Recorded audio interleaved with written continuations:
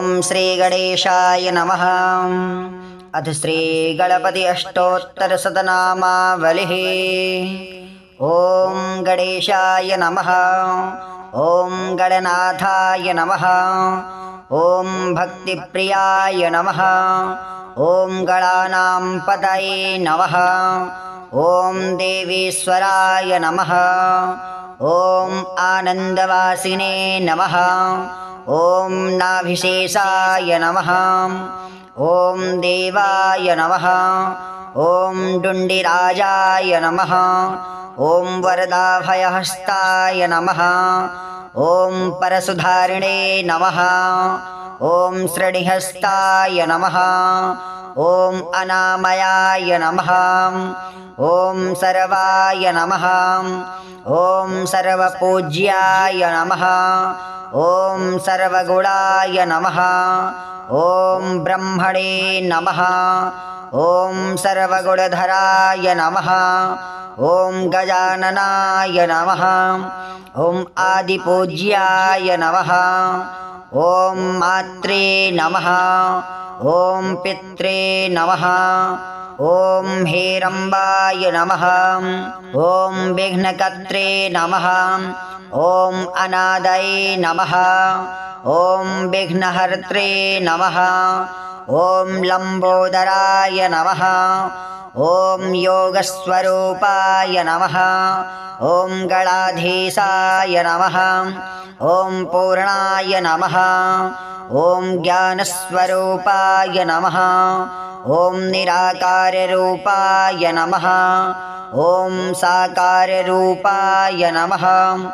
ओम निर्गुणाय नमः। ओम सगुणाय नमः। ओम मूषकवाहनाय नमः। ओम विश्वेशाय नमः। ओम परमेश्वराय नमः। ओम शिवपुत्राय नमः। ओम पार्वतीनंदनाय नमः। ओम स्कंदाग्रजाय नमः। ओम स्वानंदवासिने नमः।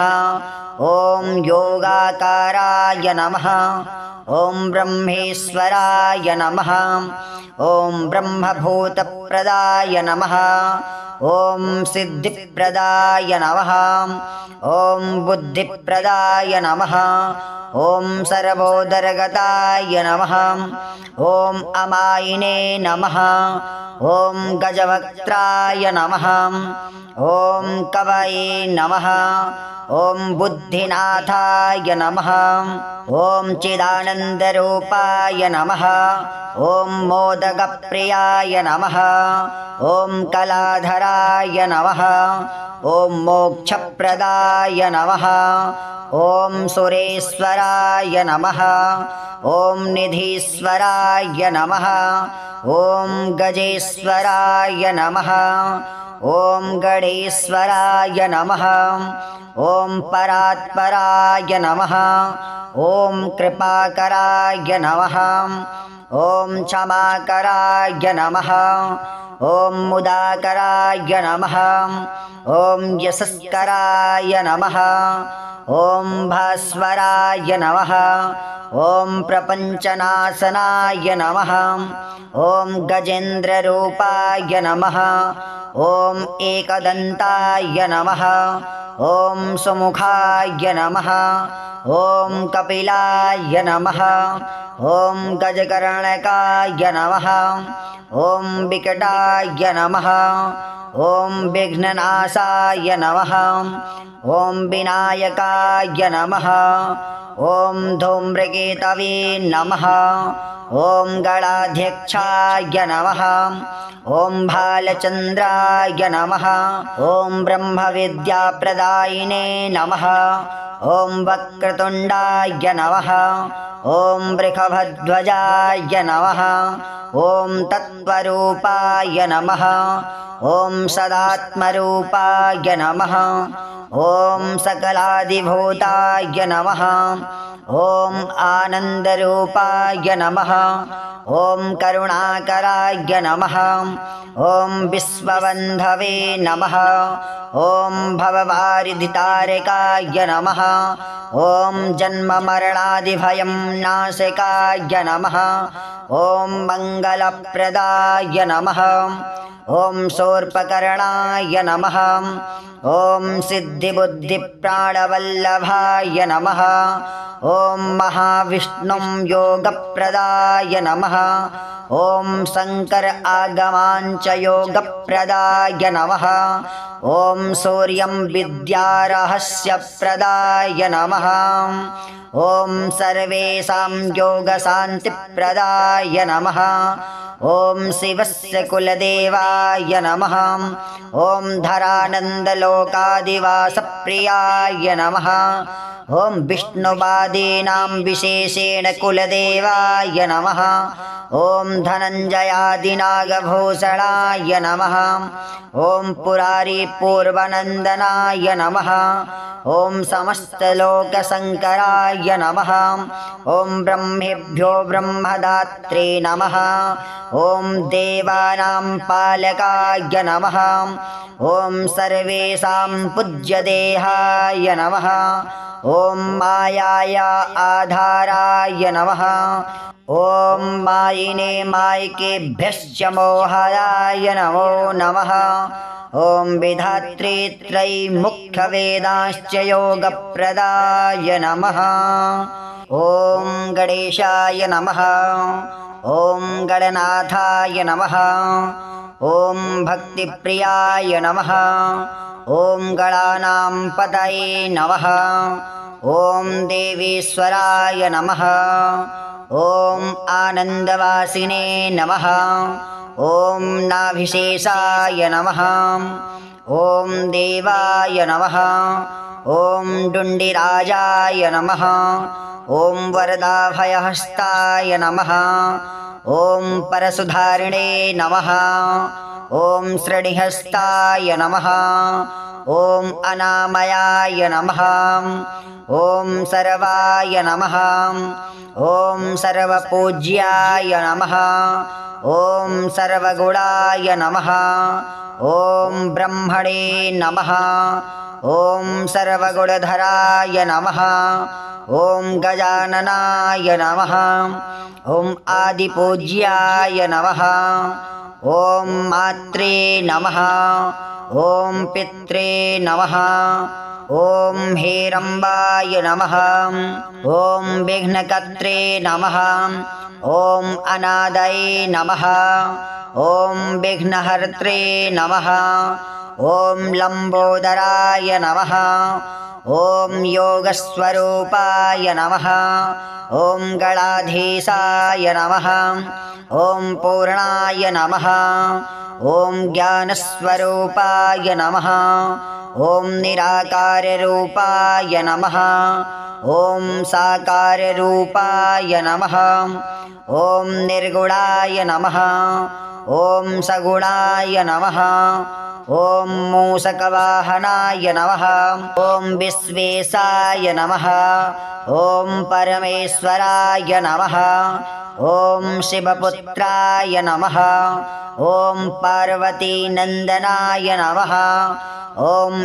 स्कन्दाग्रजाय नमः ॐ स्वानन्दवासिने नमः ॐ योगाकाराय नमः ॐ ब्रह्मेश्वराय नमः ॐ ब्रह्मभूतप्रदाय नमः ॐ सिद्धिप्रदाय नमः ॐ बुद्धिप्रदाय नमः ॐ सर्वोदरगताय नमः ॐ अमायिने नमः ॐ गजवक्त्राय नमः ॐ कवये नमः ॐ बुद्धिनाथाय नमः ॐ चिदानन्दरूपाय नमः ॐ मोदकप्रियाय नमः ॐ कलाधराय नमः ॐ मोक्षप्रदाय नमः ॐ सुरेश्वराय नमः ॐ निधीश्वराय नमः ॐ गजेश्वराय नमः ॐ गणेश्वराय नमः ॐ परात्पराय नमः ॐ कृपाकराय नमः ॐ क्षमाकराय नमः ॐ मुदाकराय नमः ॐ यशस्कराय नमः ॐ भास्वराय नमः ॐ प्रपञ्चनाशनाय नमः ॐ गजेन्द्ररूपाय नमः ॐ एकदन्ताय नमः ॐ सुमुखाय नमः ॐ कपिलाय नमः ॐ गजकर्णकाय नमः ॐ विकटाय नमः ॐ विघ्ननाशाय नमः ॐ विनायकाय नमः ॐ धूम्रकेतवे नमः ॐ गणाध्यक्षाय नमः ॐ भालचन्द्राय नमः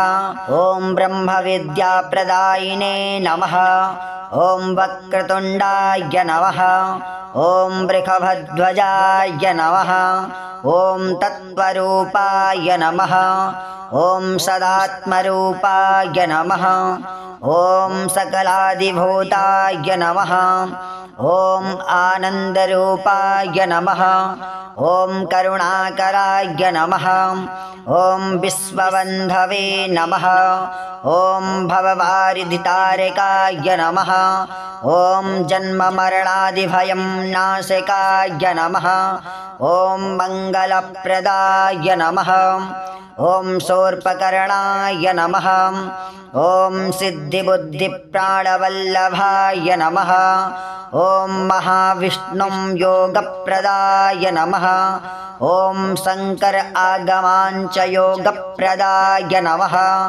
ॐ सूर्यं विद्यारहस्यप्रदाय नमः ॐ सर्वेषां योगशान्तिप्रदाय नमः ॐ शिवस्य कुलदेवाय नमः ॐ धरानन्दलोकादिवासप्रियाय नमः ॐ विष्णुवादीनां विशेषेण कुलदेवाय नमः ॐ धनञ्जयादिनागभूषणाय नमः ॐ पुरारिपूर्वनन्दनाय नमः ॐ समस्तलोकशङ्कराय नमः ॐ ब्रह्मेभ्यो ब्रह्मदात्रे नमः ॐ देवानां पालकाय नमः ॐ सर्वेषां पूज्यदेहाय नमः ॐ मायाया आधाराय नमः ॐ मायिने मायिकेभ्यश्च मोहाय नमो नमः ॐ विधात्रे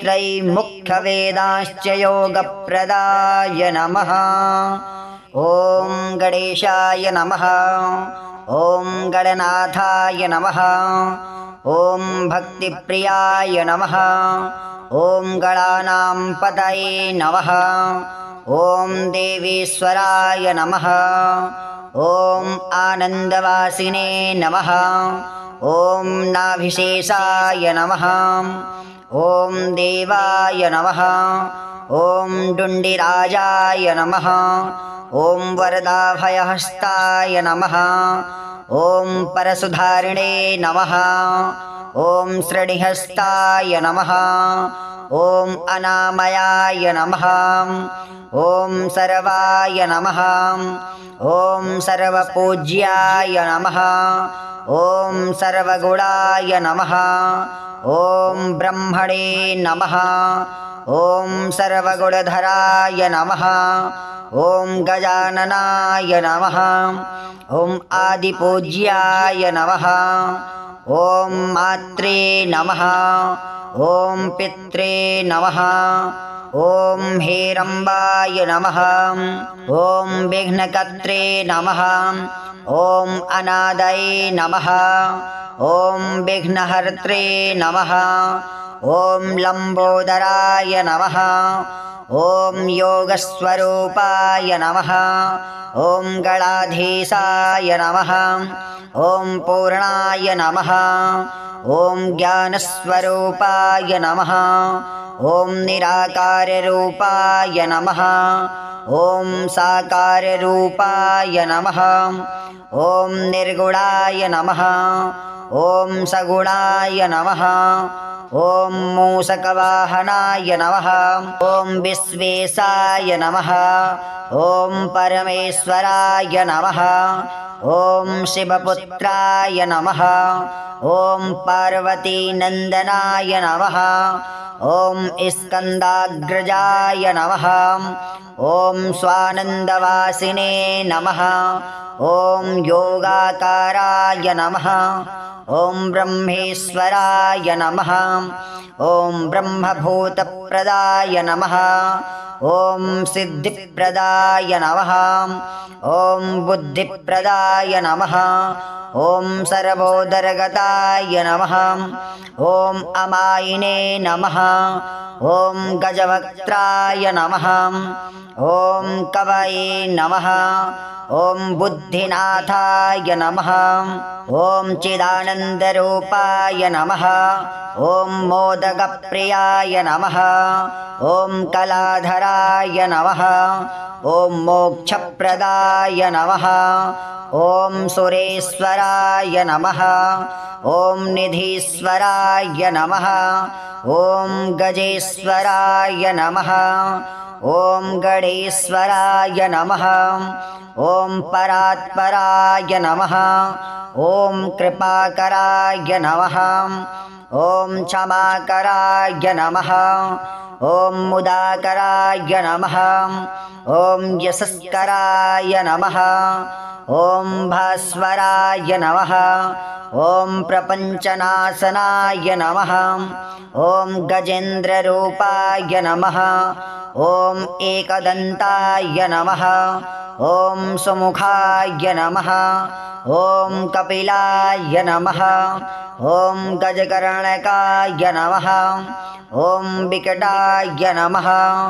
ॐ विघ्ननाशाय नमः ॐ विनायकाय नमः ॐ धूम्रकेतवे नमः ॐ गणाध्यक्षाय नमः ॐ भालचन्द्राय नमः ॐ ब्रह्मविद्याप्रदायिने नमः ॐ वक्रतुण्डाय नमः ॐ वृषभध्वजाय नमः ॐ तत्त्वरूपाय नमः ॐ सदात्मरूपाय नमः ॐ सकलादिभूताय नमः ॐ आनन्दरूपाय नमः ॐ करुणाकराय नमः ॐ विश्वबन्धवे नमः ॐ भववारिधितारकाय नमः ॐ जन्ममरणादिभयं नाशकाय नमः ॐ मङ्गलप्रदाय नमः ॐ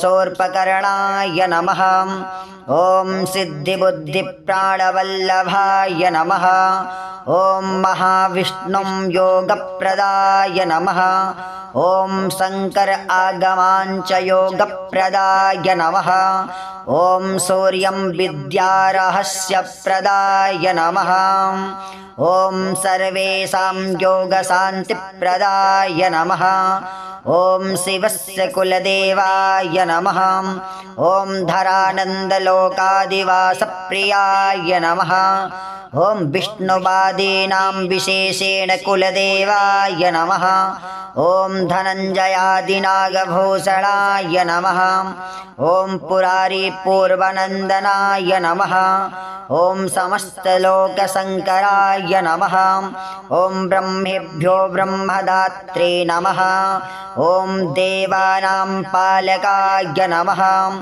ॐ सर्वेषां पूज्यदेहाय नमः ॐ मायाया आधाराय नमः ॐ मायिने मायिकेभ्यश्च मोहाय नमो नमः ॐ विधात्रे त्रैमुख्यवेदाश्च योगप्रदाय नमः ॐ गणेशाय नमः ॐ गणनाथाय नमः ॐ भक्तिप्रियाय नमः।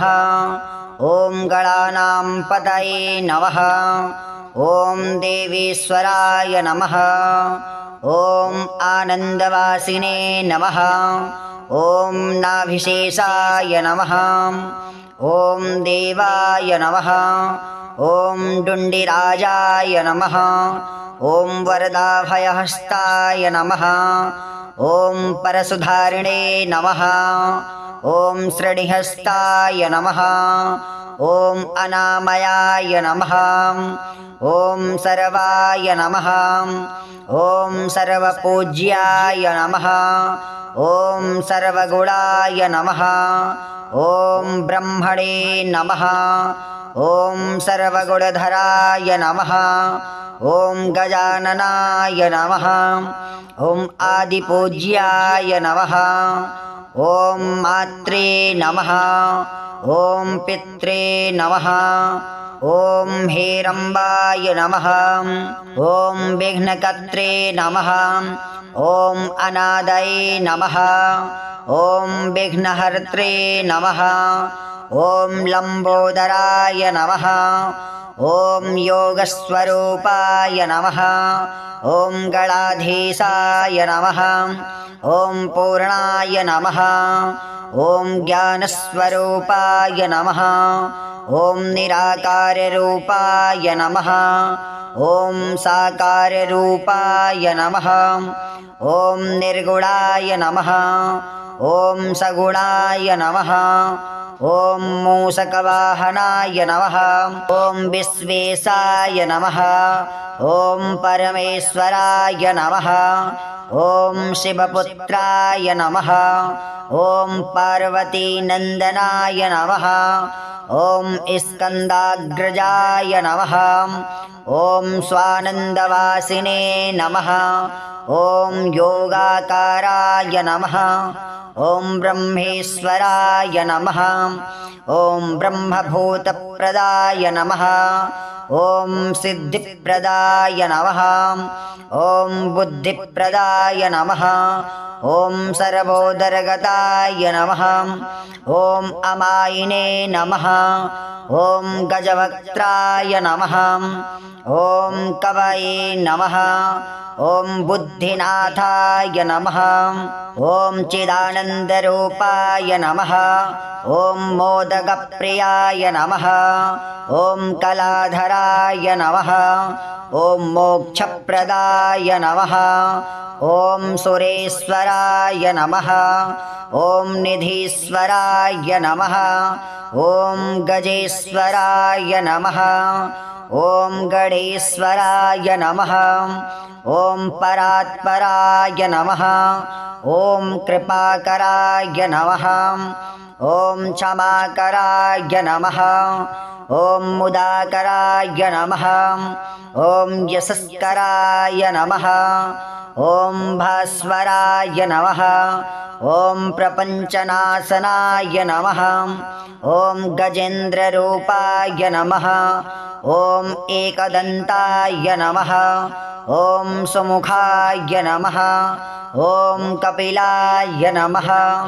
ॐ गजकर्णकाय नमः। ॐ विकटाय नमः। ॐ विघ्ननाशाय नमः। ॐ विनायकाय नमः। ॐ धूम्रकेतवे नमः।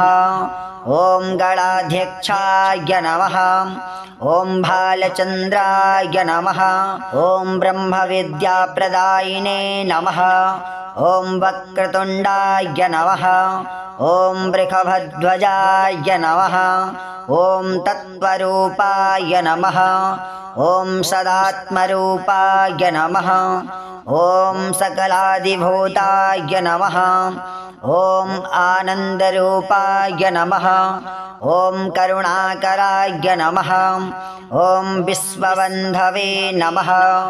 ॐ भववारिधितारकाय नमः। ॐ जन्ममरणादिभयं नाशकाय नमः। ॐ मङ्गलप्रदाय नमः। ॐ शूर्पकर्णाय नमः। ॐ सिद्धिबुद्धिप्राणवल्लभाय नमः। ॐ महाविष्णुं योगप्रदाय नमः ॐ शङ्कर आगमाञ्च योगप्रदाय नमः ॐ सूर्यं विद्यारहस्यप्रदाय नमः ॐ सर्वेषां योगशान्तिप्रदाय नमः ॐ शिवस्य कुलदेवाय नमः ॐ धरानन्दलोकादिवासप्रियाय नमः ॐ विष्णुवादीनां विशेषेण कुलदेवाय नमः ॐ धनञ्जयादिनागभूषणाय नमः ॐ पुरारिपूर्वनन्दनाय नमः ॐ समस्तलोकशङ्कराय नमः ॐ ब्रह्मेभ्यो ब्रह्मदात्रे नमः ॐ देवानां पालकाय नमः ॐ सर्वेषां पूज्यदेहाय नमः ॐ मायाया आधाराय नमः ॐ मायिने मायिकेभ्यश्च मोहाय नमो नमः ॐ विधात्रे त्रैमुख्यवेदाश्च योगप्रदाय नमः ॐ इति श्रीगणपति अष्टोत्तरशतनामावलिः ॐ श्रीगङ्गणपतये नमः।